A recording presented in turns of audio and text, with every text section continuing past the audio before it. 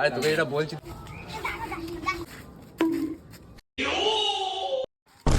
তাকাচ্ছিস কি? বাল ছিড়বি, বাল ছিড়বি, বাল ছিড়বি আমার।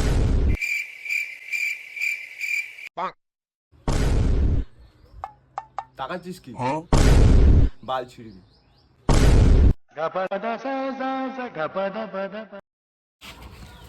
ভাই জানিস পিয়াল জায়গা থেকে বলে বেড়াচ্ছে বাল ছিড়বি, আমারও তাই বলে দেবে। হ্যাঁ কার্তিক দা, এই পিয়াল না খুব বেড়েছে, ওর সেটাটা ভাঙতে হবে।